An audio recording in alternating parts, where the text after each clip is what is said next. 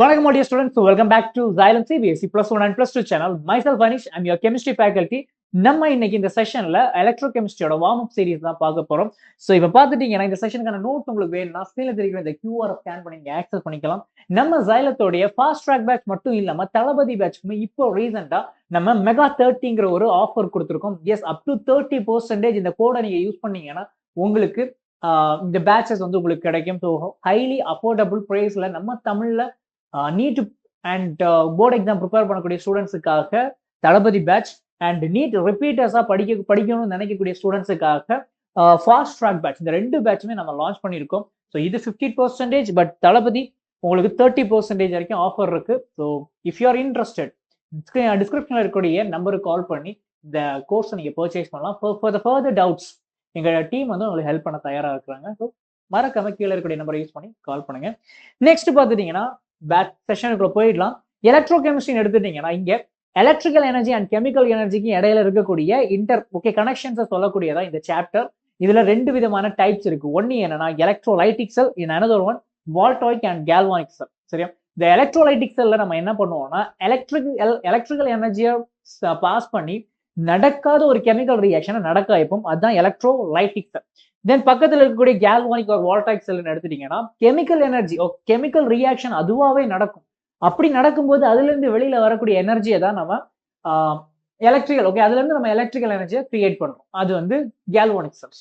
So example பாத்தீங்கன்னா Daniel செல். Next, இப்போ first நீங்க எடுக்கும்போது உங்களுக்கு முன்னாடி இருக்கக்கூடியது என்னன்னா டேனியல் செல்லோட மாடல் தான். ஸோ டேனியல் செல் எடுத்துட்டீங்கன்னா உங்களுக்கு ரெண்டு செப்பரேட் செல்ஸ் கொடுத்துருப்பாங்க. ஒன்னு என்னன்னா oxidation half sell and another one என்னன்னு பாத்தீங்கன்னா உங்களுக்கு ரிடக்ஷன் ஹாஃப் செல். இப்போ உங்க முன்னாடி இருக்கக்கூடிய இங்க இருக்கக்கூடிய பேட்டர்ன், சரியா? இது என்ன? ஆனோட் அண்ட் கேதோட்னு கொடுத்துருக்காங்க. பிகாஸ் உங்களுக்கு இந்த செட்டப்ல பாத்தீங்கன்னா ரெண்டு பக்கமே 1 1 2, சரி, இந்த ரெண்டு பக்கமே உங்களுக்கு என்ன இருக்கும்? ஒரு பக்கம் ஒரு எலக்ட்ரோட், இன்னொரு பக்கம் இன்னொரு எலக்ட்ரோட் இருக்கும். சரியா? இந்த ஃபர்ஸ்ட் இருக்கக்கூடிய செட்டுக்கு பேர் என்ன? ஆக்சிடேஷன் ஹாஃப் செல். செகண்ட் இருக்கக்கூடிய செட்டுக்கு பேர் என்னன்னா ரிடக்ஷன் ஹாஃப் செல். ஃபர்ஸ்ட் இருக்கக்கூடியதுல உங்களுக்கு என்ன நடக்கும்? ஆக்சிடேஷன். ஸோ ஆக்சிடேஷன் எங்க நடக்கும்னு பாத்தீங்கன்னா ஆனோட்ல நடக்கும். இது வந்து இங்கதான் இருக்கக்கூடிய இங்க இருக்கக்கூடிய இந்த எலக்ட்ரோடுக்கு பேர் வந்து ஆனோட். ஸோ இந்த ஆனோட்ல என்ன நடக்கும்? டேனியல் செல்ல ஜிங்க் வந்து ஆக்சிடைஸ் ஆகும். ஓகே, இந்த இடத்துல ஆக்சிடைஸ் ஆகி ரெண்டு எலக்ட்ரான் ரிலீஸ் பண்ணும். At the same time cathode இந்த பக்கம் இருக்கக்கூடிய பிளேட். ஸோ இந்த பிளேட்ல உங்களுக்கு என்ன நடக்கும்னா அங்க கீழே இருக்கக்கூடிய காப்பர் அயான்ஸ், கீழே இருக்கக்கூடிய காப்பர் சல்பேட் சொல்யூஷன்ல இருக்கக்கூடிய காப்பர் 2+ அயான் என்ன ஆகும்னா உங்களுக்கு இந்த மெட்டல்ஸ் கூட சேர்ந்து காப்பரா ரெடியூஸ் ஆகும். ஒரு பக்கம் ஆக்சிடேஷன், இன்னொரு பக்கம் ரிடக்ஷன். ஸோ நெட் ரியாக்ஷன் எடுத்துட்டீங்கன்னா உங்களுக்கு ஜிங்க் 2+ மாறும், காப்பர் 2+ காப்பரா கன்வெர்ட் ஆகும். இதுதான் ஓவரால் டேனியல் செல்ல நடக்கக்கூடிய விஷயம். சரியா? Next, representation of galvanic cell. சரியா? ஒரு கேல்வானிக் செல்லை நம்ம எப்படி ரீப்ரசென்ட் பண்றோம் அப்படின்னு பாத்தீங்கன்னா ஃபர்ஸ்ட் இருக்கக்கூடியது இது என்ன? Oxidation of cell. செகண்ட் இருக்கக்கூடியது என்னன்னா ரிடக்ஷன். ஃபர்ஸ்ட் ஆக்சிடேஷன், அடுத்து ரிடக்ஷன். ரெண்டுக்கு நடுவில் நீங்க என்ன போடுறோம்னா சால்ட் பிரிட்ஜை போடுறோம். அண்ட் இந்த சால்ட் பிரிட்ஜோட மெயினான ஃபங்க்ஷன் என்னன்னு பாத்தீங்கன்னா ஓவரால் இப்போ இது வந்து ஆக்சிடேஷன் நடக்க என்ன ஆகும்? உங்களுக்கு பாசிட்டிவ் சார்ஜ் இன்க்ரீஸ் ஆகிட்டே இருக்கும். கீழே இருக்கக்கூடிய சொல்யூஷன்ல பாசிட்டிவ் சார்ஜ் இன்க்ரீஸ் ஆகிட்டு இருக்கும். சிமிலர்லி இப்போ கேதோட் சைடு, ரிடக்ஷன் ஹாஃப் செல் எடுத்துட்டீங்கன்னா என்ன ஆகும்? உங்களுக்கு நெகட்டிவ் சார்ஜ் இன்க்ரீஸ் ஆகிட்டே இருக்கும். ரிடக்ஷன் நடக்க இப்போ காப்பர் 2+ இருக்கு, கூடவே SO சல்ஃபேட், காப்பர் சல்ஃபேட்னா SO 2-. இந்த சல்ஃபேட் அயன் இருக்குல்ல, இந்த சல்ஃபேட் அயனோட கான்சென்ட்ரேஷன் உங்களுக்கு இன்க்ரீஸ் ஆகிட்டே இருக்கும்.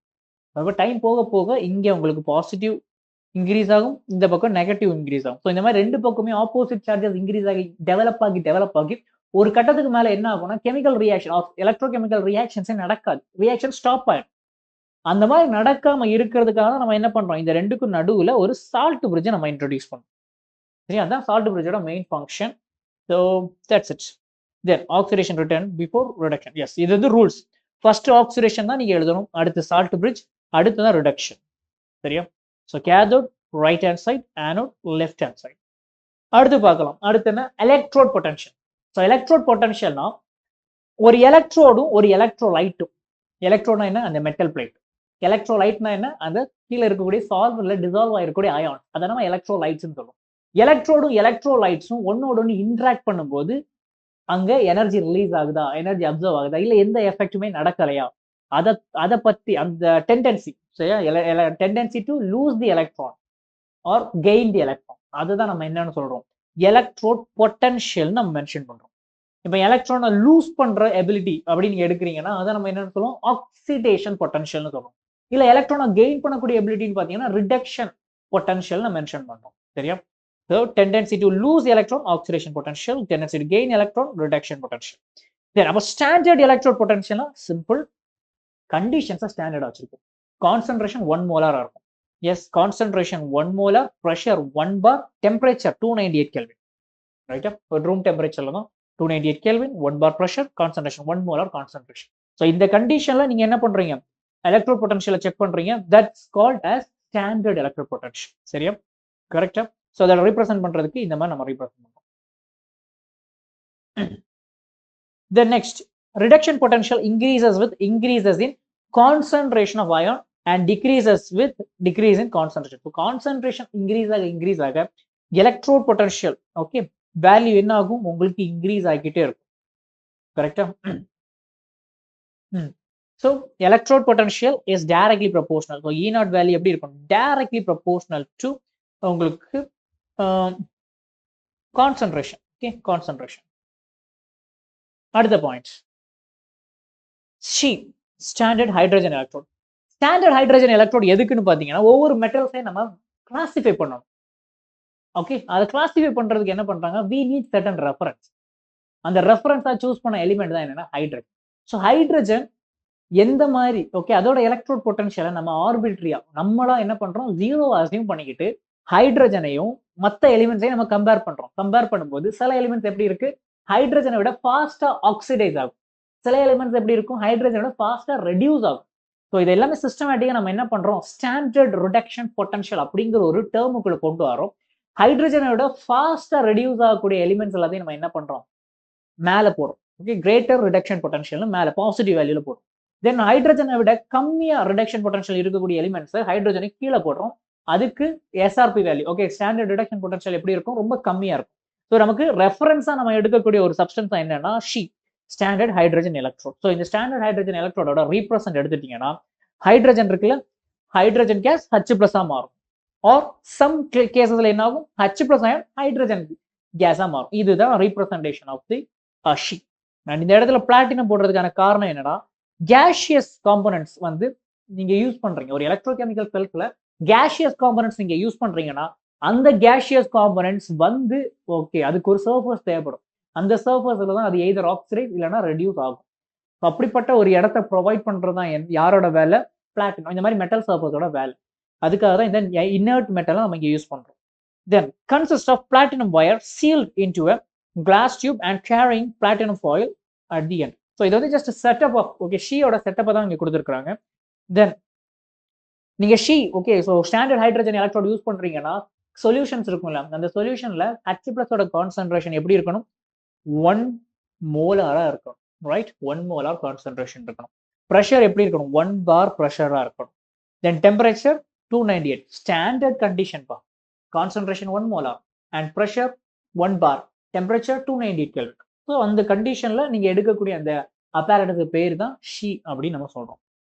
ஸோ இதுதான் நம்ம என்ன பண்றோம், ஹைட்ரஜனை ஒரு ரெஃபரன்ஸா வச்சு எடுத்த இந்த ஃப்ளோ சார்ட். இதுக்கு பேர் என்ன, எலக்ட்ரோ கெமிக்கல் சீரீஸ். ஸோ ஹைட்ரஜனை விட பாசிட்டிவ் சார்ஜ் அதிகமா இருக்குதுன்னா they are good reducing. Okay, so they will fast like என்ன சொல்றது, they are ready to reduce. Okay, so ஃபாஸ்டா ரெடியூஸ் ஆகக்கூடிய சப்ஸ்டன்ஸ் எங்க இருக்கும், மேலே இருக்கும். சீக்கிரமா ஆக்சிடைஸ் ஆகக்கூடியது கீழே இருக்கும். ஸோ ஓவரால் சொல்ல போயிடுச்சுன்னா இங்க பாருங்க, higher the reduction potential. So SRP value அதிகமாக இருந்துச்சுன்னா அந்த சப்ஸ்டன்ஸ் என்ன ஆகும், ஃபாஸ்டா ரெடியூஸ் ஆகும். So they will reduce means gain of electron, ஃபாஸ்டா ரெடியூஸ் ஆகும். தென் அது எப்படி ஆக்ட் பண்ணும், எந்த சப்ஸ்டன்ஸ் ஃபாஸ்டா ரெடியூஸ் ஆகுமோ they will act as a oxidising agent. So oxidant, okay, they will act as a cathode. Okay, இதை வந்து நம்ம ஆனாக்ஸ் ரெட் கேட் அப்படிங்கிற டேர்ம்ல நம்ம யூஸ் பண்ணலாம். ஆனாக்ஸ் ரெட் கேட். ஆனோட்ல இப்போ என்ன நடக்கும், ஆக்சிடேஷன் நடக்கும். கேதோட்ல நடக்கும், ரிடக்ஷன் நடக்கும். சரியா? அப்போ இங்க இது ரிடக்ஷன் ஃபாஸ்டா நடக்கும், they will act as a cathode. Similarly ஒருவேளை எனக்கு எஸ்ஆர்பி வேல்யூ கொடுக்கல, எனக்கு ஆக்சிடேஷன் பொட்டன்ஷியல்னு கொடுத்துட்டாங்க. தட் மீன்ஸ் ஃபாஸ்டா ஆக்சிடைஸ் ஆகும். அந்த வேல்யூ இன்க்ரீஸ் ஆக ஃபாஸ்டா ஆக்சிடைஸ் ஆகும். சரி. So oxidize means loss of electron. Then என்ன ஆகும்? Undergo oxidation. Fine. Tendency to act as an oxidant. யாரு எந்த ஒரு சப்ஸ்டன்ஸ் ஃபாஸ்டா ஆக்சிடைஸ் ஆகுமோ they will act as a reducing agent, right? So and இது எப்படி ஆக்ட் பண்ணும்? ஆனோட ஆக்ட் பண்ணும். ஆனாக்ஸ். ஸோ ஆனோட வந்து ஆக்சிடேஷன் நடக்கும். சரி, அடுத்து நர்ஸ்ட் ஈக்குவேஷன். நர்ஸ்ட் ஈக்குவேஷனோட யூஸ் என்னன்னா, நீங்க ஷி எடுத்துக்கலாம் ஆர் மற்ற electrode potential standard electrode potential value எடுக்கிறீங்க. எல்லாத்துலயுமே கான்சென்ட்ரேஷன் எப்படி இருக்கும்? 1 மோலார் கான்சென்ட்ரேஷன். அன்பார்ச்சுனேட்டா நீங்க சம்டைம் எடுத்துருக்கக்கூடிய சப்ஸ்டன்ஸ்ல வந்து 1 மோலார் கான்சென்ட்ரேஷன்ல வேற கான்சென்ட்ரேஷன்ல இருக்கும். அப்போ எப்படி நீங்க கண்டுபிடிப்பீங்க? சிமிலர்லி டெம்பரேச்சர் வேற டெம்பரேச்சரா இருக்கலாம். இந்த மாதிரி டெம்பரேச்சர் ஆர் கான்சென்ட்ரேஷன் இந்த மாதிரி சேஞ்சஸ் வரும்போது, இதுல சேஞ்சஸ் வரும்போது அந்த சேஞ்சஸ்க்கு ஏத்த மாதிரி நமக்கு எலக்ட்ரோட் பொட்டன்ஷியலை கால்குலேட் பண்றதுக்கு நம்ம யூஸ் பண்ணக்கூடிய ஃபார்முலா தான் என்னன்னா Nernst equation. So that's our Nernst equation. Yes, இங்க இருக்கு. இட்ஸ் அவர் நர்ஸ்ட் ஈக்குவேஷன், ரைட்டா? ஸோ இத நம்ம என்ன பண்றோம்? இதுதான் நர்ஸ்ட் ஈக்குவேஷன். ஸோ இந்த நர்ஸ்ட் ஈக்குவேஷன்ல இருந்து இந்த அடுத்த லைன் போகுதுல்ல, அது எப்படி போகுதுன்னா, ஆறுங்கிறது யூனிவர்சல் கேஸ் கான்ஸ்டன்ட், டீங்கிறது டெம்பரேச்சர். நம்ம என்ன பண்றோம்? 29 டெம்பரேச்சரை நான் ஃபிக்ஸ் பண்றேன். எனக்கு கான்சென்ட்ரேஷன் மட்டும் தான் சேஞ்ச் ஆகுது அப்படின்னு நான் எடுத்துக்கிறேன். என்னங்கிறது என்ன? Number of electrons. Okay, number of electron lost or gain, அதுதான் என் ஃபேக்டர் நம்ம சொல்லுவோம். எஃப்ங்கிறது என்ன? ஃபாரடே 96500. அந்த வேல்யூஸ் எல்லாம் இதுல எப்படி 3 வேல்யூஸையும் நம்ம சப்ஸ்டியூட் பண்ணும்போது உங்களுக்கு என்ன கிடைக்கும்? 0.06 கிடைக்கும். சரி, அப்ராக்சிமேட்டா 0.06ன்னு போட்டுக்கலாம். ஸோ இதுதான் என்ன பண்றோம்? இதுல இருக்கக்கூடிய டேர்ம்ஸ் எல்லாத்தையும் சப்ஸ்டியூட் பண்ணி, நோன் டேர்ம்ஸை சப்ஸ்டியூட் பண்ணி நமக்கு கிடைக்கக்கூடிய simplified version of nursed equation. நீங்க உங்களுடைய எக்ஸாம்ஸ்ல நீங்க யூஸ்வலா இந்த செகண்டா இருக்கக்கூடிய ஈக்குவேஷன் யூஸ் பண்ணிக்கலாம், தப்பே கிடையாது. இதுவும் யூஸ் பண்ணிக்கலாம், ரைட்? ஸோ இங்க பாத்தீங்கன்னா தெரியும், நீங்க கான்சென்ட்ரேஷன் ஆஃப் அயான்ஸ், ஓகே, கேட்டயான்ஸோட கான்சென்ட்ரேஷன் இன்க்ரீஸ் ஆக உங்களுக்கு என்ன ஆகும்? ரிடக்ஷன். ஓகே, ஸோ ரிடக்ஷன் பொட்டன்ஷியலோட வேல்யூ இன்க்ரீஸ் ஆகிக்கிட்டே இருக்கும். சரியா? Got it. ஏன்னா இந்த இடத்துல கேட்டயான் எங்க இருக்கு? டினாமினேட்டர்ல இருக்கு. ஸோ டினாமினேட்டர்ல இருந்துச்சுன்னா ஓவரால் இந்த டேர்ம்ஸ் குறைஞ்சிக்கிட்டே இருக்கும். சரியா? தேர்ஃபோர் உங்களுக்கு இதோட வேல்யூ, ஓகே, எலக்ட்ரோட் பொட்டன்ஷியலோட வேல்யூ இன்க்ரீஸ் ஆகிட்டே இருக்கும். Next, equilibrium constant from Nernst equation. இங்க பாருங்க, இது ஒரு ரியாக்ஷன். ஓகே, இது ஒரு ரிடாக்ஸ் ரியாக்ஷன் வச்சுக்கோங்க. அப்ப இந்த ரிடாக்ஸ் ரியாக்ஷனே ஒரு ஈக்விலிபிரியம் எக்ஸிஸ்ட் ஆகுது. ஸோ இந்த இடத்துல நம்ம நர்ஸ்ட் ஈக்குவேஷனையும் இந்த ஈக்குவேஷனையும் கம்பேர் பண்ணும்போது நீங்க போட்டுறீங்க கான்சென்ட்ரேஷன் ஆஃப் மெட்டல் அயான். சரியா?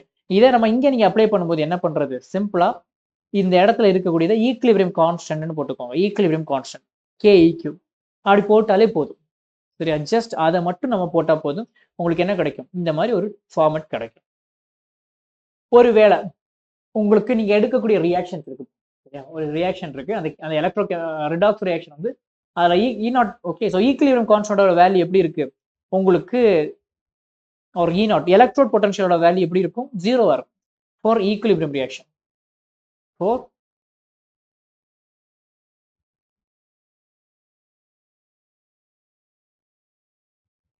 ஓகே, சரி, ஃபார் E0 வேல்யூன்னு எடுத்துட்டீங்கன்னா நல்லா நோட் பண்ணிக்கோங்க. ஸ்பான்டேனியஸ் ரியாக்ஷன் உங்களுக்கு எப்படி இருக்கும்? ஸ்பான்டேனியஸ் ரியாக்ஷனுக்கு E0ஓட வேல்யூ கிரேட்டர், ஓகே, பாசிட்டிவா இருக்கும்.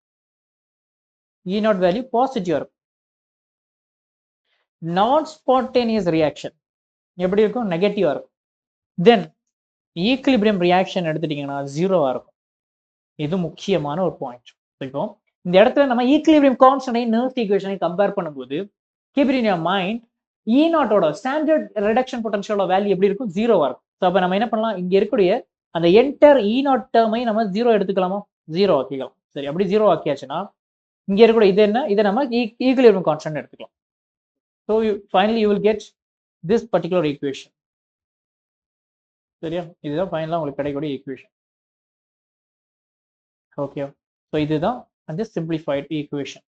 ஸோ ஈக்விலிபிரியத்துக்கும் ஈக்விலிபிரியம் கான்ஸ்டன்ட் அண்ட் எலக்ட்ரோட் பொட்டன்ஷியலுக்கும் இடையில கூடிய ரிலேஷன்ஷிப். அடுத்து என்ன இருக்கு? electrochemical cell versus Gibbs free energy. So Gibbs free energy க்கும் electrode potential க்கும் இடையில இருக்கக்கூடிய ரிலேஷன்ஷிப் ரொம்ப சிம்பிள் தான். delta G is equal to minus NF E naught. Okay, so இதுதான் இந்த ரிலேஷன்ஷிப். அதை மட்டும் சப்ஸ்டியூட் பண்ணுங்க, இவ்வளவு தான். இதுல டெல்டா ஜிங்கிறது ஜிப்ஸ் ஃப்ரீ எனர்ஜி, என்னங்கிறது N factor, number of electron lost or gain. அடுத்து எஃப்ங்கிறது 1 ஃபாரடே 196500. தென் இ செல் அப்படிங்கிறது எலக்ட்ரோ பொட்டன்ஷியல் வேல்யூ. சரியா? That's it. Next, if the concentration of all reacting species is unity, then E cell is equal to E naught cell. Okay, சரியா? இப்போ நீங்க எடுக்கக்கூடிய ஒரு electro redox reaction இருக்கு. அந்த redox ரியாக்ஷன்ல இருக்கக்கூடிய சப்ஸ்டன்ஸ் எல்லாத்தோட கான்சென்ட்ரேஷன் எடுத்துட்டீங்கன்னா 1 மோலார் யூனிட்டியா இருக்கு, 1 மோலாரா இருக்கு. அப்போ என்டையரா அந்த டேர்ம்ஸ் எல்லாமே என்ன ஆகும், உங்களுக்கு 1ஆ மாறிடும். ஸோ log 1 அப்படின்னு எடுத்துட்டீங்கன்னா அந்த ஹோல் டேர்முமே நெக்லெக்ட் ஆகி உங்களுக்கு ஃபைனலா என்ன கிடைக்கும், இந்த மாதிரி ஒரு பேட்டர்ன் கிடைக்கும். Delta G not is equal to minus RT LN K கிடைக்கும். சரியா? Yes, calculate by. So இது another one form. So இது ஒரு form, இது ஒரு form, இது ஒரு form.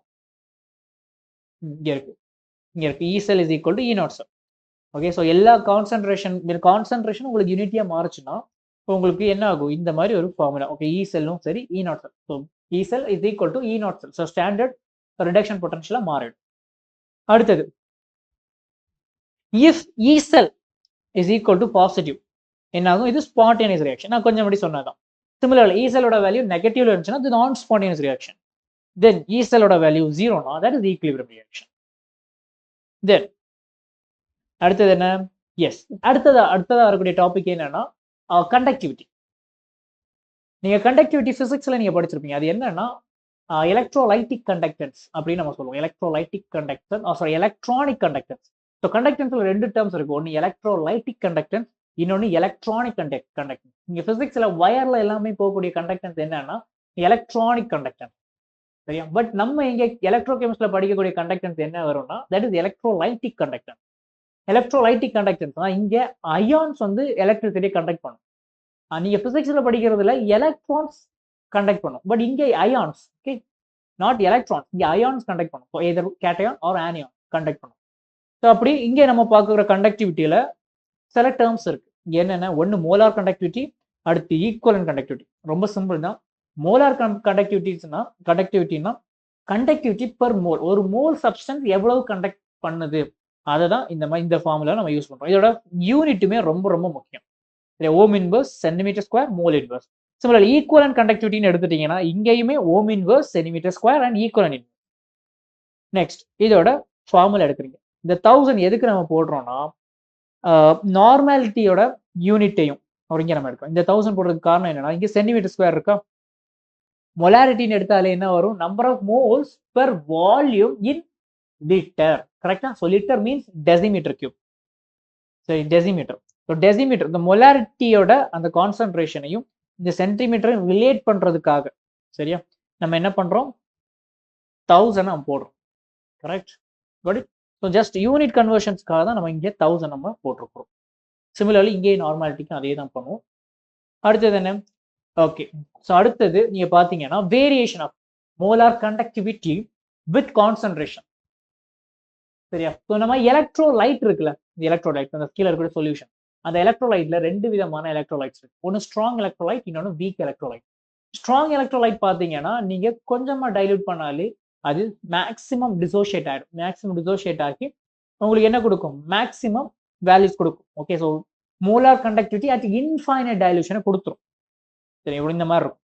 உங்களுக்கு பிளாட் மோலார் கண்டக்டிவிட்டிக்கும் அண்ட் கான்சன்ட்ரேஷன் கிடைக்க ரூட் ஆஃப் கான்சன்ட்ரேஷன் நீங்க போட்டீங்கன்னா லீனியரான ஒரு லைன் கொடுக்கும். ஸோ இந்த லீனியரான லைனை நீங்க எக்ஸ்ட்ரா பிளாட்டிங் பண்ணும்போது என்ன ஆகும், உங்களுக்கு இந்த லைன்ல டச் ஆகும். இந்த டச் ஆகிற இந்த பாயிண்ட் தான் என்னன்னு பார்த்தீங்கன்னா molar conductivity at infinite dilution. So அதை நம்மளால ஸ்ட்ராங் கண்டுபிடிக்க முடியும். இப்போ வீக் எலக்ட்ரோலைட் நம்ம எடுத்தாச்சு நம்மளால கண்டுபிடிக்க முடியாது. காரணம் என்னன்னா, அது ஆல்மோஸ்ட் ஒரு ரெக்டாங்குலர் ஹைப்பர்போலா மாதிரி உங்களுக்கு போகும். இந்த மாதிரி போறதுனால எந்த இடத்துலையும் இது டச் ஆகாது. சரியா? நம்மளால எக்ஸாக்டா மோலார் கண்டக்டிவிட்டி அட் இன்ஃபைனைட் டைலூஷனை கண்டுபிடிக்கிறதுக்கான ஒரு வழி இல்லை. சரியா? So first strong electrolyte, molar conductivity infinite dilution obtain by extrapolating. ஆனா வீக் எலக்ட்ரோலைட்டுக்கு நம்மளால கண்டுபிடிக்க முடியாது. காரணம் என்னன்னா வீக் எலக்ட்ரோலைட் அவ்வளவு சீக்கிரமா டிசோசியேட் ஆகாது. டிசோசியேட் ஆனா தானே நம்மளால கண்டுபிடிக்க முடியும். பட் இது அவ்வளவு சீக்கிரமா டிசோசியேட் ஆகாது. நீங்க நல்லா டைல்யூட் பண்ண பண்ண பண்ண பண்ண அது கொஞ்சம் கொஞ்சமா டிசோசியேட் ஆகும். பட் இன்ஃபைனைட் டைல்யூஷனை கண்டுபிடிக்கிறது ரொம்ப கஷ்டம். இது மேல இருக்கிற மாதிரி எக்ஸ்ட்ரா பிளாட்டிங் எல்லாம் பண்ண முடியாது. அப்ப இந்த இஷ்யூவை சார்ட் அவுட் பண்றதுக்காக தான் அடுத்து என்ன வருது, கோல்ட்ரஸ் லா வருது. அக்கார்டிங் டு கோல்ட்ரஸ் லா என்ன சொல்றாங்க, நீங்க molar conductivity, okay, limiting molar conductivity of weak electrolyte can be calculated by find outing the values of molar ionic conductivity of cation and anion. இப்போ ஒரு ஸ்ட்ராங் எலக்ட்ரோலைட் ஒரு வீக் எலக்ட்ரோலைட் இருக்கு. Okay, அந்த electrolyte தண்ணியில போட்டா ஒரு cation and ஆனியானா பிரியுது இல்ல, அந்த அயான்ஸோட லிமிட்டிங் மோலார் கண்டக்டிவிட்டியை நீங்க கண்டுபிடிச்சிட்டீங்கன்னா உங்களால என்ன பண்ண முடியும், அந்த வீக் எலக்ட்ரோலைட்டோட மோலார் லிமிட்டிங் மோலார் கண்டக்டிவிட்டியை நம்மளால கண்டுபிடிக்க முடியும் அப்படின்னு சொல்லதான் இதெல்லாம். ஓகே, ஸோ இதை பத்தி நம்ம டீட்டெயில் ஆல்ரெடி நம்ம செஷன் நம்ம போட்டிருக்கிறோம். உங்களுக்கு கன்ஃபியூஷன் இருந்துச்சுன்னா அந்த ஒன் ஷாட் சீரீஸை நீங்க பாருங்க, உங்களுக்கு கண்டிப்பா புரியும். நெக்ஸ்ட், இப்போ மோலார் கண்டக்டிவிட்டிக்கும் ஈக்குவலன்ட் கண்டக்டிவிட்டிக்கும் இடையில கூடிய ரிலேஷன்ஷிப் எடுத்துட்டீங்கன்னா molar conductivity is equal to equivalent conductivity multiply by N. என்னங்கிறதுனா it's an N factor. n factor, number of electron gain or lost. So இந்த இடத்துல என்ன வரும், இப்போ ஆசிட் பேஸா இருந்துச்சுன்னா number of H plus donate பண்றது, பேஸா இருந்துச்சுன்னா number of OH minus donate பண்றது. ஸோ இந்த மாதிரி வரக்கூடியதான் இந்த n ஃபேக்டர். ஸோ இப்போ n ஃபேக்டரோட வேல்யூ 1 இருந்துச்சுன்னா என்ன ஆகும், molar conductivity is equal to equivalent conductivity. என்னோட வேல்யூ கிரேட்டர் தென் 1 இருந்துச்சுன்னா என்ன ஆகும், மோலார் கண்டக்டிவிட்டி தான் டாமினேட். n ஃபேக்டர் வந்து லெஸ் தென் 1 இருந்துச்சு அப்படின்னா உங்களுக்கு மோலார் கண்டக்டிவிட்டி ஈக்குவலன்ட் கண்டக்டிவிட்டி அதிகமா இருக்கும். ஸோ இதுதான் இங்க இருக்கக்கூடிய ரிலேஷன்ஷிப். அடுத்து அப்ளிகேஷன் ஆஃப் கோல்ட்ரஸ் லா. என்னென்ன விதத்துல நம்மளால கோல்ட்ரஸ் லா யூஸ் பண்ணி எதை கண்டுபிடிக்க முடியும், சில டேட்டாஸ் எடுக்க முடியும்னு பாத்தீங்கன்னா, first we can determine dissociation constant or degree of dissociation ஆல்பாவோட வேல்யூ நம்மளால கண்டுபிடிக்க முடியும். எப்படி, பிகாஸ் கோல்ட்ரஸ் லாவை யூஸ் பண்ணி என்னால வீக் எலக்ட்ரோலைட்டோட லிமிட்டிங் மோலார் கண்டக்டிவிட்டியை கண்டுபிடிக்க முடியும். அண்ட் டிகிரி ஆஃப் டிசோசியேஷன் எடுத்துட்டீங்கன்னா என்ன ஒரு molar conductivity divide by limiting molar conductivity, இந்த ரேஷியோ தான் டிகிரி ஆஃப் டிசோசியேஷன். ஸோ இது எனக்கு தெரியும்னா என்னால ஆல்பாவும் கண்டுபிடிக்க முடியும். So first application. அடுத்த அப்ளிகேஷன் என்னன்னு எடுத்துட்டீங்கன்னா நம்மளால டிசோசியேஷன் கான்ஸ்டன்டையும் கண்டுபிடிக்க முடியும். ஸோ அதுக்கான ரிலேஷன்ஷிப் இது ஈக்குலிபிரியம் சாப்டர்ல நீங்க படிச்சிருப்பீங்க. ஈக்குலிபிரியம் 12+1ல வரக்கூடிய ஈக்குலிபிரியம் சாப்டர்ல இந்த ரிலேஷன்ஷிப், இந்த ஈக்குவேஷன் உங்களுக்கு வரும். ஸோ ஆல்பா வேல்யூ தெரியும், ஆல்பா வேல்யூ தெரிஞ்சுன்னா கேயோட வேல்யூ கண்டுபிடிச்சலாம். தட்ஸ் இட் அந்த ரிலேஷன்ஷிப். அடுத்தது சாலிபிலிட்டி. ஓகே, ஸோ சாலிபிலிட்டியை நம்மளால கண்டுபிடிக்க முடியும். So limiting molar conductivity at infinite dilution. Okay, இது நம்மளால கண்டுபிடிக்க முடிஞ்சுன்னா இதுக்கு இன்வெர்ஸ்லி ப்ரொபோர்ஷனல் தான் சாலிபிலிட்டி இருக்கும். ஸோ எந்த அளவுக்கு அது டிசால்வ் ஆகும் அப்படிங்கிறதையும் நம்மளால என்ன பண்ண முடியும், நம்மளால கண்டுபிடிக்க முடியும். ஸோ இந்த 3 அப்ளிகேஷன்ஸ் ஆஃப் கோல்ட்ரஸ் லா.